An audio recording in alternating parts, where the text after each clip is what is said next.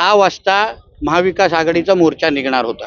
10ची अधिकृत त्यांना वेळ दिलेली, 12 वाजता राणे साहेबांना प्रशासनाने वेळ दिलेली, असं अधिकृत ठरलेलं.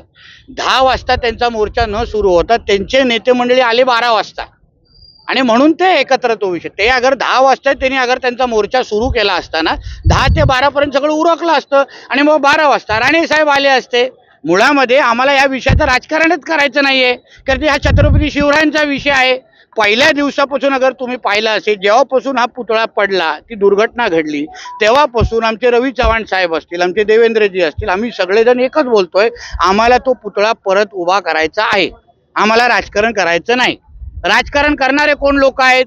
जे तुम्हाला विशालगडवर दिसले का? नाही दिसले. जे तुम्हाला हडपसरवर जेव्हा एका शिवाजी महाराजांच्या पुतळ्यावर कोणी चप्पल मारली तेव्हा दिसले का? नाही दिसले. है ना? बरोबर राजकारण करायचं होतं म्हणून सिंधुदुर्गावर काल आलेले होते.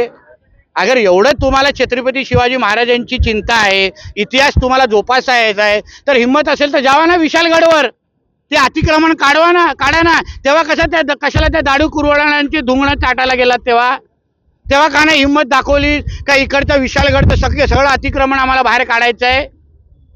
म्हणून उगाच शिवप्रेमी येण्याचा आव आणू नका. चला आपण सगळे एकत्र येऊ आणि परत एकदा तो पुतळा भक्कम पद्धतीने बनवू.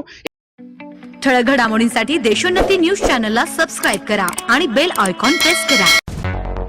मुंबई, पुणे, नागपूर, मराठवाडा असो का विदर्भ, राजकीय, सामाजिक, शैक्षणिक क्षेत्र असो का क्रीडा, सर्वच घडामोडीचे विश्लेषण पाहायला विसरू नका.